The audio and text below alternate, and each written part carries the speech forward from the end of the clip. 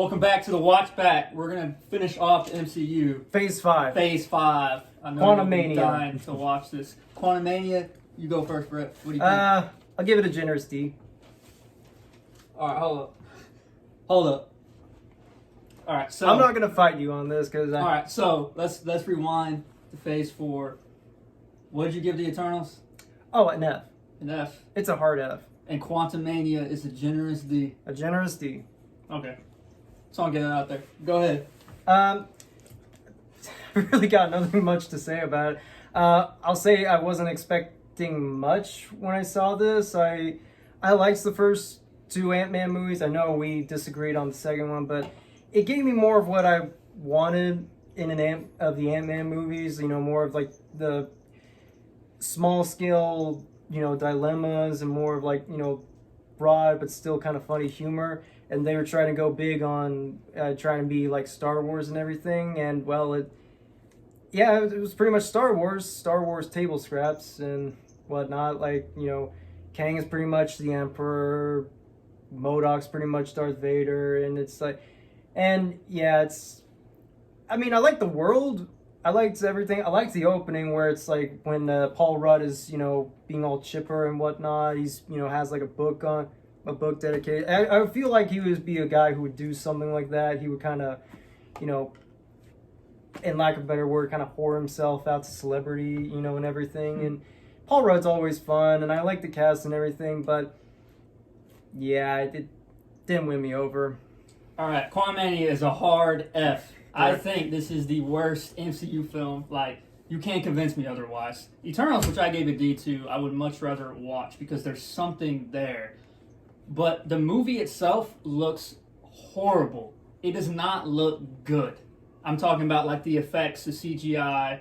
MODOK, which you can make the argument that MODOK was supposed to look very jarring because of his whole character. You can make that argument. Only because there's no other way you could make that guy look good. Yeah, that's something I don't ever want to see again. And I don't think they will. Of everything the MCU's done, I think MODOK is the worst looking thing that they've done by far. Like, to the point where it's not funny. It's supposed to be a joke because it looks so absurd. But it's not funny because it looks so incredibly bad to where it's like, wow, like they spent millions, I don't freaking know how much this movie was. A lot to make that. And MODOK just become a joke, a big joke character when Darren Cross in the first Ant-Man was a very like fearsome villain that you were like scared of, and now he's like this just a butt end of a joke. Even when he dies, it's a joke. Yeah. Cassie Lang, the actress, I don't know if it's her acting or probably the scripts. No, I agree. But it's the script. There's nothing to her character that you like. She comes off as very like whiny and annoying and preachy, and there's nothing there to gravitate towards you. Like, you don't even buy into the bond her and Scott Lang had because she's such an annoying character. I feel like she just needs her ass whooped. I'll say it's... And there's no consequence for her either. Yeah. Like, beginning she's in prison or in jail, and you know she gets out and then shrunk a cop's car and gave it to him, and there's like no repercussions, and they get into this world.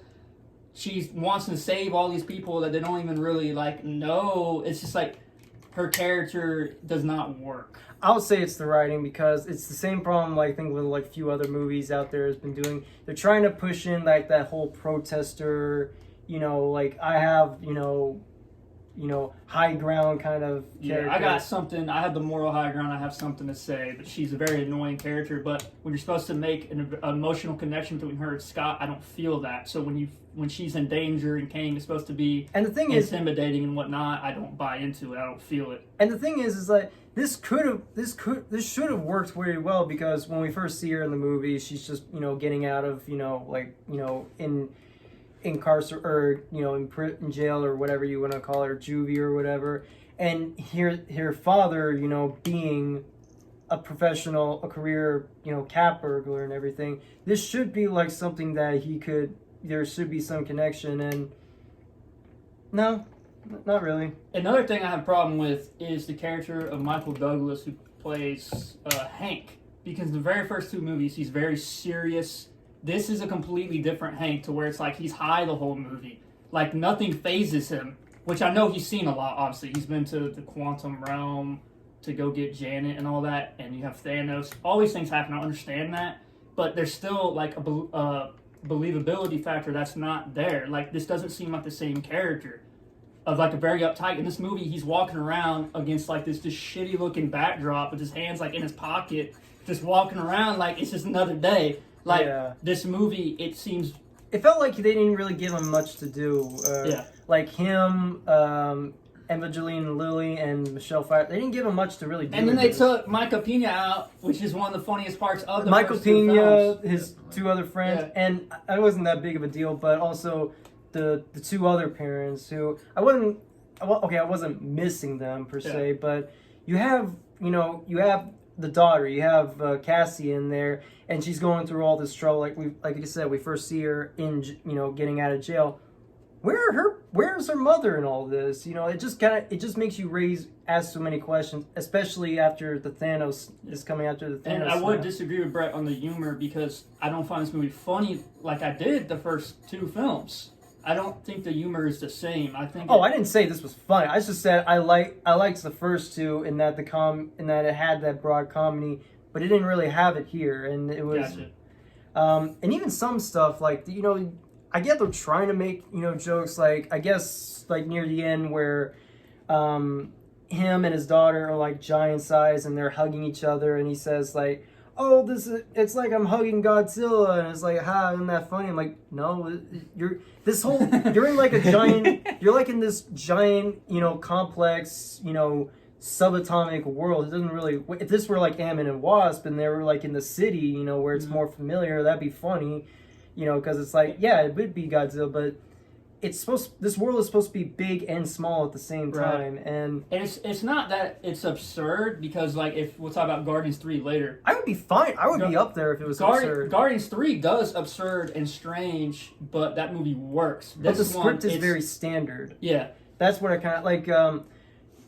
Just another example, like so Bill Murray is in this, and he's not in it for very long, but after they take care of him, and they implied that the Michelle Pfeiffer character had a romantic relationship during all this time, and you see Michael Douglas's reactions to it. After they leave, he says like, "Well, I can't blame you. I've had dated, but they didn't go any longer. Why is that? They weren't you, honey." And I'm thinking like, I was finishing that line up before they even said it, because I'm like, this is straight up Kingdom of the Crystal Skull. This is like 2008, guys. Yeah. And also, I think the biggest sin of the movie is this is the first movie to have Kang the Conqueror, who they tease in Loki. The end of He Who Remains at the end of Loki season 1 is more intimidating in dialogue than I would say Kang the Conqueror is in the whole film. I mean, bro was beaten by Ant-Man, so there's not. And much was killed by giant ants. Yeah, yeah. And that's supposed to be your flagship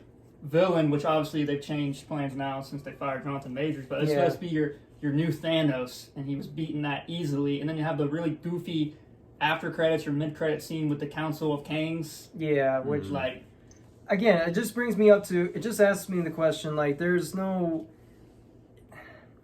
Again, kind of like what I've been saying with the script, they don't give much of anything to do with these actors. Like, they don't give, Majors a lot to do as King the Conqueror. They don't give Scott Lang much to do, They don't give anything to... And that's because the script doesn't have much to do. There's very little in here that has, like, intrigue or funny stuff in it. And, the only thing that really got me was the scene where...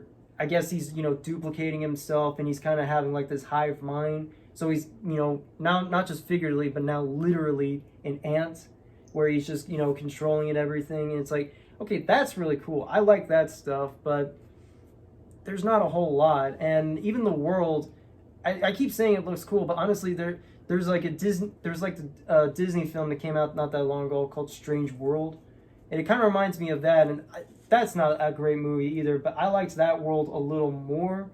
This, for some reason, I guess all I can really remember it is just being like very kind of dark in some areas and not a little blurry in other areas. Like this, it wasn't as vivid as it could have been, and I mean, screw it. I'm gonna keep going on it. Yeah, MODOK, as far as visual wise, there's no other way you could do it, but this this is not a good look. And he became an Avenger, I guess. I guess. Yeah, I don't know. So, Ethan, I want to hear Ethan's thoughts. Yeah, so originally I had this marked down as a D tier movie. The more I sat on it, though, it's kind of turned into an F for sure. The movie starts off just really quick, getting right into the quantum realm. It kind of rushes it right into there. It doesn't really give you a lot of time to understand it. It's just like, all right, boom, we're here. And the world doesn't really look that great. It almost reminds me, the visuals almost remind me of like an early 2000s, like Spy Kids, Shark Boy versus Lava Girl fucking film. Yeah, and I can see that. Yeah. It's a real blobby and doesn't really look good. And the humor in it is almost kind of similar. Like the villains and stuff almost just kind of feel like this big, like almost like a comedy villain, really. Okay, where is it? Cross MODOK? Yeah? What is it? Oh, is it here? Oh. Yeah. And when MODOK first shows up and, you know, he's just got that freaking helm on and he's buzzsawing people and killing them and he stuff. looks decent. Yeah, and it's almost and it's really yeah. intimidating for a moment. And then the mask comes off and you really see what, like... So they could have done... That goes to show they could have done an intimidating MODOK, yes. but they sold that for laughs. Yes, and they really did. Almost every time when you get to a joke, it almost feels like somebody's sitting behind them holding up a sign like laugh here. Like there's almost like a pause after there's don't be a dick there. And they say it like 3 times almost to just really drive the point like this should be funny. It's not. Okay, no, I'm sorry. But now, it's a good thing you almost remind me of that because this really kind of... It wasn't until I heard it a while ago, but this really hit the nail of why I think MODOK doesn't work. It's like, because I don't think they're even going as far as trying to be funny. They're just trying to go out of their way of forcing like a meme out of this character. Yes. You know, it's like, and that is a perfect example of like, you know, just trying to, you know, push a meme as hard as you can. Like, I'm a dick. Don't be a dick. It's hard to be a dick. Yeah, it's almost like they're just trying to put things in this movie to get people like talking about it, to get it a buzz, because they know they don't really got a whole lot to sell here. Mm-hmm. And like there's a whole lot of extra characters that I don't really care for, and they're not really that great. Like the people that are into the world, the rebels and stuff. Can you name like any the of Ooze them? guy. I don't know any of their names. The Ooze guy, they all died. The coolest guy is the freaking dude with the flashlight. And he gets killed. Yeah, they murk him. But even then, he's just like, oh yeah, just kill him. Just kill the good guys. First time we see them, anyways. Yeah. So, It's a hard F for me. I think I personally think it's the worst MCU film. It's a generous D, but you know I can bullshit on MODOK any day, every day, and I'll just leave it at this. You know, we talk about like She-Hulk being like very embarrassing and you know not being a good involving the MCU and everything, and a lot of people talk about She-Hulk twerking with Megan Thee Stallion or whatever being like a very embarrassing, cringy aspect. But you know what? That's a goofy sitcom that you watched on streaming. It's not really what I'm looking forward to in Marvel. But when I go to a movie expecting like Marvel quality standard and I get MODOK, that's where I think is the most cringy, I guess. Mm-hmm. Let's move on to Guardians Volume 3, directed by James Gunn. I'm just gonna start and say this is an S tier for me. Agreed. S. I'll give it an S. Hell yeah. So this it's like the complete opposite of Quantumania, where you have very like absurdist vision, right? James Gunn's very wacky, but James Gunn knows how to make wacky work. I mean, think about the scene when they're on Counter Earth and you have like the squid selling drugs to the other animal figures, like just the way it looks, and but it works. And the villain is one of the best villains I think in the MCU period. I know he starts screaming a lot towards the end, but he's very menacing. Like you buy into that this guy is a bad man. Yeah, from the moment you see him, it's like this guy is definitely a psycho. In contrast to Quantumania, you have where you don't really buy into the relationship between Cassie and Scott. The emotional integrity of this film focused on Rocket. You feel that. Mm-hmm. Yeah. Like I'm over here tearing up over a raccoon that's freaking CGI. Mm-hmm. Yeah. So you have a good script on your hands, a good writing, which I would say is mainly James Gunn, his vision. Everything about this movie worked for me except there's some things like very minor nitpicks like Adam Warlock end up being just a joke. But you know what? It was okay because it genuinely was funny. Mm-hmm. And they had so much going on in the film for itself, and it's James Gunn's last MCU film, so it's like he kind of wanted to have Adam Warlock in there, so I'm a little bit more forgiving of that. And I'll give the joke of Adam Warlock a benefit of the doubt, because that is technically how he started out in the comics as well, and then he grew out of it to becoming like the philosophical kind of guy. But I'll make a quick summary and let these guys talk. But it's like great freaking villain. It looks freaking good. I'm sure it had probably the same budget as Quantumania did, but this movie looked way more amazing. Like just even Rocket's face was better than I think all of Quantumania. Yeah, definitely. Soundtrack again was amazing. The emotional beats of the story with his background, and also it got really dark, which is different from Marvel. It went to like really dark, like almost body mutilation horror-esque with the animals. Yeah. Yes. And it also open the fucking door. Yes. One of the funniest lines in MCU history. Yes. Also the first F-bomb, but it was done so well. That was a great scene. I like all the interactions between Nebula and everyone. They addressed Drax being stupid. They addressed that towards the end of the movie, which I really liked. I liked Gamora because it goes somewhere, you're expecting they're going to get hurt. She's going to get back together with Star-Lord, but they don't take it there. They take it to where, she's like, I don't know you. That was not me. Pretty much like a fuck you type attitude, which I really like. And I like too, it doesn't go all, get the band back to, and anything they get, they separate, they go on their own ways. It's a great, intense action throughout. Good acting, good writing, good scenes. I think I would say the best action scene in MCU is in the movie, in my opinion. That's all I'm gonna say about the movie, but it's S tier for me for sure. You go, man. Yeah, this is definitely S tier movie for me. It's probably my favorite movie in the MCU overall, to be honest.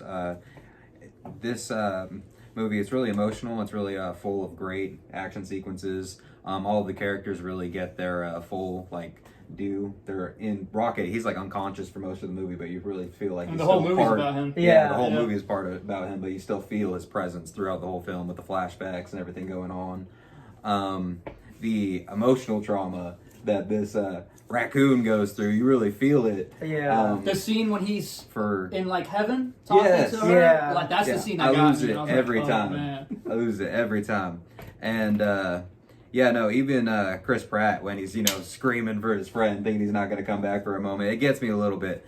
Because you even feel there, it. You feel the legit, And this film, you definitely feel that the Guardians are definitely like a family at this point. And you definitely feel all these characters are more interconnected than even the Avengers and stuff like that. I feel for all of these characters as individuals and as a group more than I ever have for any of the Avengers as a whole. Just the story and the visuals are top notch, out of the park, even especially compared to Quantumania.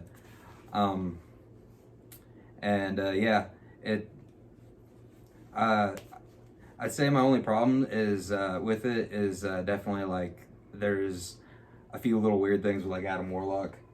Yeah, and but he's still cool. I think he probably just needed a little bit more development, but which he probably might have. He'll probably get it. But I'm not mad about it because they still focus on all of the right things. It's not it's wasted or anything like that. The villain's great. James Gunn's world building of Counter Earth is just freaking awesome. I love all of the little extra characters and little people they meet there. Rest in pieces. But it's just great overall. But the villain in this is definitely probably one of the best villains in the MCU. Also, one of my favorite lines. One of my favorite lines in MCU history comes from him. He says, something like God wasn't doing his job, that's why I had to step in. Yes. That line is hard. Yeah. But you guys pretty much said all that. Yeah, it's pretty much, all that, the great visuals. Like I said, some of the, even if they don't show much, the intensity is still, really up there and everything. Seeing all the flashbacks with Baby Rocket, hearing his first word hurts, and everything. So sad. All while having that shaved scalp and everything, just just visceral kind of film. And they murked all his buddies. Yeah, that's the, and the most whole gut wrenching. and man, thing.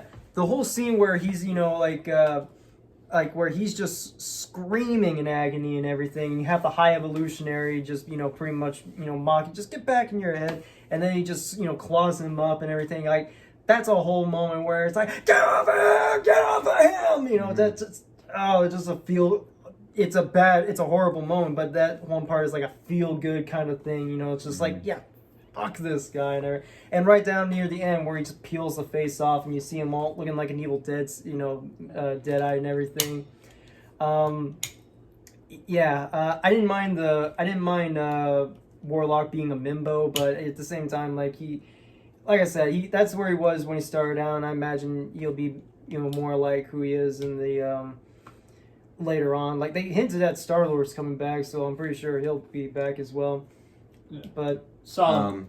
Yeah. One last thing I want to add is I love how this movie really kind of begins where they're all kind of together, but each of them individually is kind of lost and they don't really know where they're going and kind of who they are. By the end of the film, they all come to this point where they're all separating and parting ways, but each of them has kind of found themselves. They all know where they're going in their lives, and they all it kind of feels very complete. It's a nice full circle completion of this family, even though they all part ways. And then it kind of shows at the end of the film this new family that's coming together, the new Guardians or whatever, which is kind of a cool little send off for the original team, but also a way to kind of be like, these people are still here, still out there doing things. It's cool. And you were right when you said that they feel even more like a family in this one, because all the little dynamics, Mantis with Drax, Mantis with Nebula especially, I feel like you could just goes from just being whatever the sort of the nuisance side villain at the end to being this this just worn out, put upon older sister of the Guardians, and that just seems like one hell of an evolution of this character. Yeah, all those little interpersonal team relationships and connections really do matter, and you really do see that. Yeah, and Groot, at the end, just pretty much saying I love you guys. Where yes. I like that. Where and then it also kind of makes you a part of it as well. It's kind of this cool.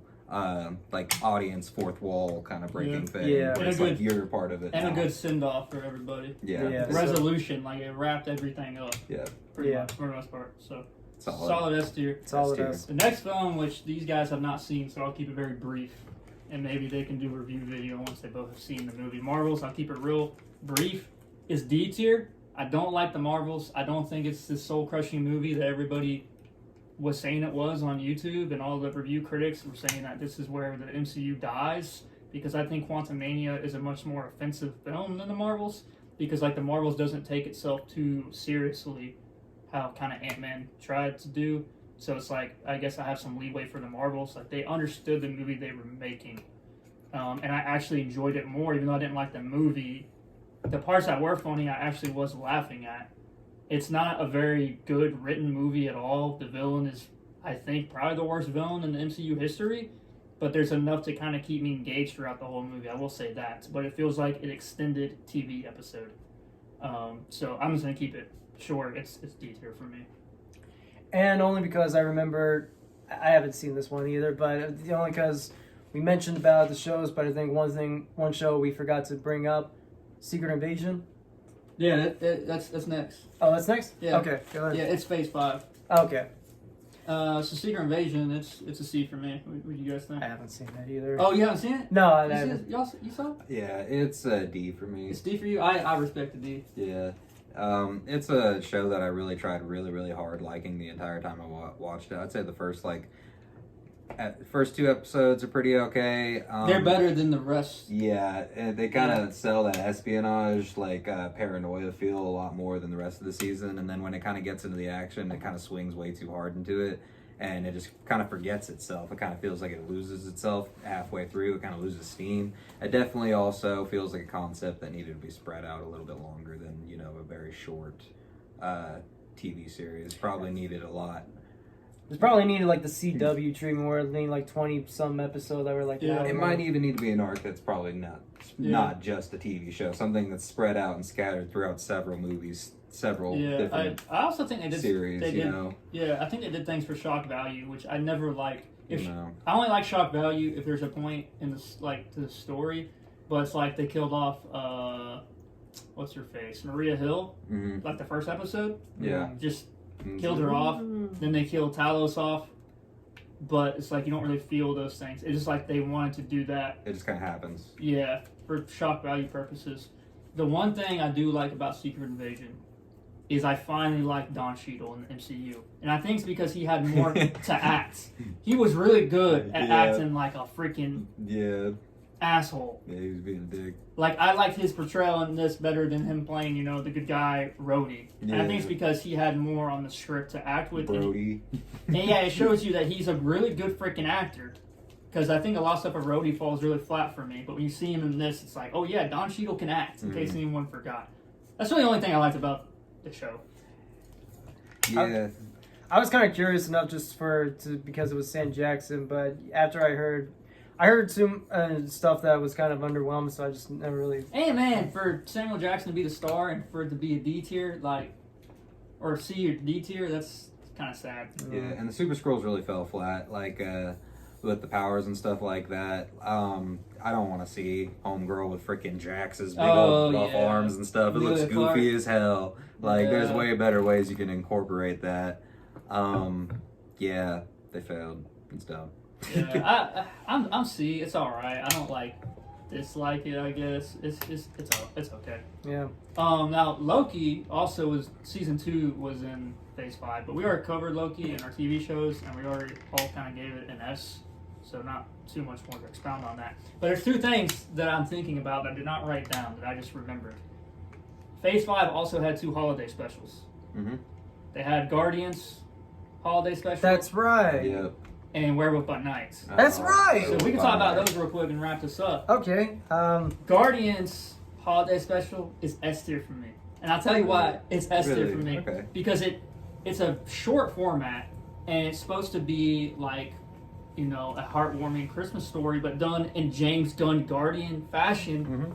And it is legitimately probably the funniest thing in the MCU, in my opinion. Like Drax and Mantis going to kidnap Kevin Bacon, and then there's like, you know, Kevin Bacon being a real actor who Quill has talked about, so it's kind of humorous in that aspect, but it's also absurd when they have him at the end of the thing, like, as a present. Yeah. And then Kevin Bacon just ends up being cool with everything, and he's trying to, like, give a life lesson to Peter Quill.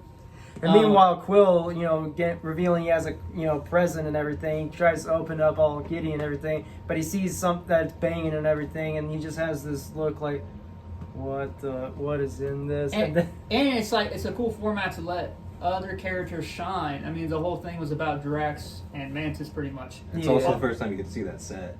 Oh, yeah. Out of nowhere. Yeah, that's right. Yeah. That's true, which plays into Guardians 3. And that band. Yep, the band. Yeah, which is something I forgot that's about that dope song. Yeah, it's something that's like supposed to be really ridiculous, but it works. It really sells. James Gunn's really good at that. It's S tier for me because it's funny throughout, but also has a heartwarming message. It's also James Gunn and Guardians, and also goes into Guardians 3, like with Mantis talking to Peter about, you know, certain things or whatever. So, yeah, it's S tier for me.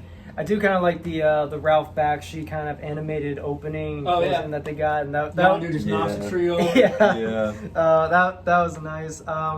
Just some of the visual gags, like Mantis and Drax just kind of hopping in the air as, you know, they're chasing. Oh, and Rocket got Winter Soldier's arm too. Yeah, so there you go. He finally got it. This is also one of the first times. I mean, I never hated her, but I never really I never remembered that much from her. Mantis, she was a lot of funny. Had a lot of comedic timing, like when they're at the doorbell trying to get in, it's like hello. Yeah, she really shines. Yeah, Drax throwing her over the gate. Yeah, it was just a lot of fun. There's not much else to say for me, but yeah, it's an S. Yeah, I'd probably give it an S as well. Super solid holiday special. It does exactly what it's supposed to. It's you know, great, just a little Christmas special. And at the end, it ends up wrapping up being about family. We'll, you know, reveal that they're related to sister. That's right, and stuff like that. Yeah. So yeah. Also, very sad that MCU decided to do away with the holiday specials. Which They is did? yeah, Yeah. which Oh. sucks because the Yeah. two they have are phenomenal. Which will go to the next one, Werewolf by Night. That's an S tier. I Is love that that. tier for you? Yeah, I Yeah, also like- gave this. It gotta be S tier for me too. Yeah, I also okay. gave this It's one hard. S tier. It's hard. Now, to be fair, it's an S tier for me because it's just all the stuff that really intrigues me. Because it's Marvel for one, but it's also the pretty much universal. It's a perfect homage to the old Black and white monsters. Yeah. Yeah, But it also monster has- movies, yes. But also because of how I do with art, it's black and white, but there's always like little hints of red in there, and Yes. I love that stylistic. And yeah, like all I can really sum up is there's a lot to say about that one, but the one thing I'll sum up Werewolf by Night, Swamp Thing or Man Thing. And, Yeah. Man Thing's great. I was floored when I heard that was a costume. Yeah, I yeah, honest to God, yeah. like Oh my It's- god, that's I complete didn't know costume. that. I That's honest to awesome, God, man. I honest to God, that is was so CG cool. because this Yeah. looked Wow. way too good to be real. This I had to love be that. CG, Yeah. and man, oh man, did that look Yeah. good. I like the homage they paid to the old movies. It works in black and white. It's unique for Marvel because they've never done something like that. The story itself is unique for Marvel. It's not your typical standard formula, which I really liked. It leaned into horror elements, which was Oh, nice. People getting their hands cut off and crap. And, Or in this case, burned alive Yeah. just by touching them. and him turning into the actual Werewolf. was freaking great too. Yeah, that was straight. That was the kind of stuff I was missing in, like, say, the Wolfman remake that they made with Hopkins and everything. I wanted like that classic, vibe to it. Yeah, So, that's true. You? I don't got much more to add. Super S tier for me. I really, big horror fan myself, so I really love all the little reference, the homage it pays to, the classic, monster movies and stuff like that. The black and white's really cool. I love all the little accents and stuff of color they add. I too like it that it ends with them being in color as well. That was a Yes. nice touch. Yeah, and it kind of brings them into the, the rest of the MCU and whatnot. It's almost like, freaking, at the end of freaking Wizard of Oz, whenever they, Dorothy comes back to the real world or whatever. Yeah. It's like, all right, now these two characters are going to join everybody else. Which Yeah. I really hope they, follow up with, with like Midnight In some Suns way, and stuff yeah. like that, Yeah. supposedly. But anyways, it's a great introduction to the character. I hope to see more of him. I really like Werewolf by Night, and I can't wait to see more of stuff like that in the MCU. I really Yeah. hope they try to do more stuff So like that. the only thing that we have left with MCU is What If, which is currently ongoing. I've seen a handful of episodes. E-Dog's seen a couple episodes. I haven't Fred seen hasn't them yet. Yeah, I'm all caught up. So once we watch those, we'll give your thoughts on that. But until then, let us know what your tier ranking is down at the bottom, and let me know specifically how you feel about Ant-Man on the Lost Quantumania. Peace out. Love, peace, and chicken grease.